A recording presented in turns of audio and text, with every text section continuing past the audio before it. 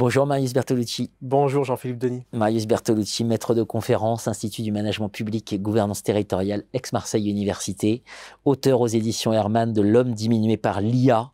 Voilà, un ouvrage absolument passionnant et qui doit être, qui doit faire débat. Vous défendez des thèses très très fortes dans cet ouvrage qui vient de remporter le prix Jacques Ellul 2024. Et enfin, vous êtes secrétaire général de la Société Philosophie et Sciences de Gestion, la SPSG.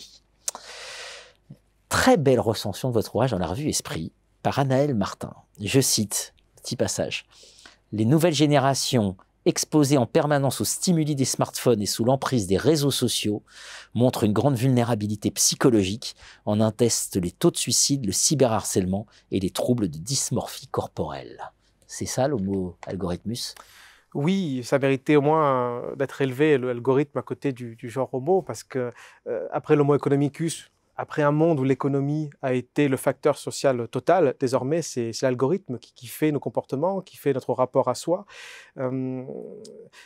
Michel Desmurger a une formulation qui est terrible, mais que je trouve magnifique. Il nous dit, quand on nous pose la question « qu'est-ce qu'un crétin digital ?» il dit c'est un enfant dont on a privé des possibilités de déployer son humanité par une surexposition aux écrans. La possibilité de se concentrer, de développer des émotions, etc., etc. Vous avez évoqué les dysmorphies. Je lisais les études sortant des cabinets de chirurgie aux États-Unis et on voit que désormais, particulièrement les plus jeunes, viennent dans les cabinets, non pas avec une photo de star comme avant, une photo de Brad Pitt, mais avec un égo-portrait, pour ne pas dire selfie, de soi, modifié par les algorithmes. Et les chirurgiens disent, mais ces jeunes patients, clients plutôt, n'arrivent pas à se regarder dans un miroir pour dire ce qui ne va pas. Ils n'arrivent même plus à se regarder. Et donc, je considérais qu'il fallait parler du stade du smartphone, à la suite de Lacan, qui évoquait le stade du miroir, la construction du jeune enfant. Grâce au miroir, désormais, on construit non pas seulement sa psyché, mais aussi son physique, son visage, par l'image que l'algorithme nous renvoie, image inatteignable. Car si Brad Pitt était difficile à atteindre, à minima, c'était un être humain. Désormais, la dysmorphie Snapchat, c'est la mode d'un algorithme qui provoque un tel mal-être, particulièrement chez les plus jeunes générations. 4 blessures narcissiques qui nous amènent au CIPCOG. Oui. Voilà, le CIPCOG, cet homme diminué, le CIPCOG. Cousin dégénéré du cyborg. Exact. J'adore ce genre de formule. 4 failles narcissiques après les blessures coperniciennes, darwiniennes et freudiennes infligées par la science. L'être humain doit désormais composer avec intelligence artificielle. Oui, cette 4e blessure narcissique, alors c'est le philosophe Marc Alizard qui récemment l'a développé, et je tiens à dire que c'est peut-être la blessure narcissique de trop. Prenons un exemple, Lysidol, qui est le chercheur, le grand joueur de Go, qui a perdu contre AlphaGo en 2016. Et immédiatement, il dit bon, je vais continuer à jouer au Go. Sauf que 2 ans plus tard, il annonce même si je redeviens le numéro 1 mondial, je sais qu'il y aura toujours une entité plus forte que moi. Donc, qu'est-ce qu'il fait? Il s'en va.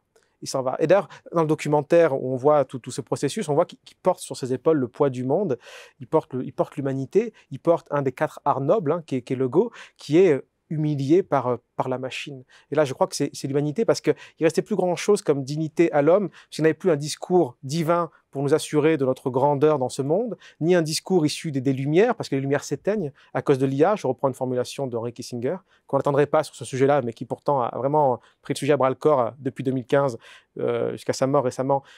À 92 ans, il découvre l'IA et il décide de combattre en la matière. Et donc, il nous restait l'intelligence à minima. Nous étions l'entité, l'espèce la plus intelligente de l'univers, mais désormais, c'est remis en question.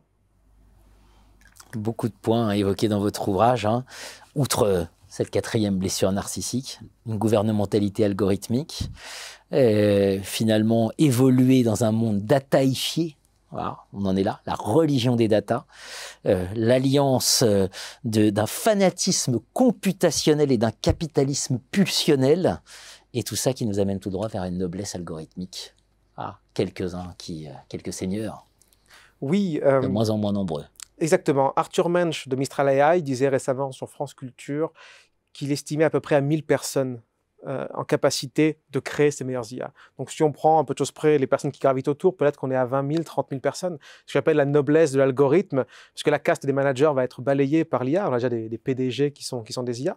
Et donc, ces personnes à même de gérer ces algorithmes-là, qui élèvent leurs enfants sans écran et qui les protègent de cela, donc dans des écoles spécialisées, ils ont conscience que ces systèmes-là sont néfastes parce qu'ils le font pour que ça rende addicts les personnes. Ils savent très bien ce qu'ils font, ces gens-là.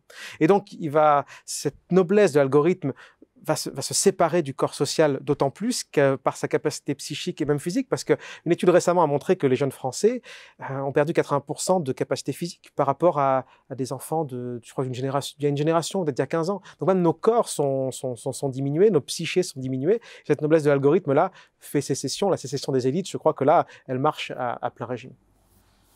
La lucidité est la blessure la plus rapprochée du soleil, dans le genre, vous êtes pas mal blessé quand même, hein?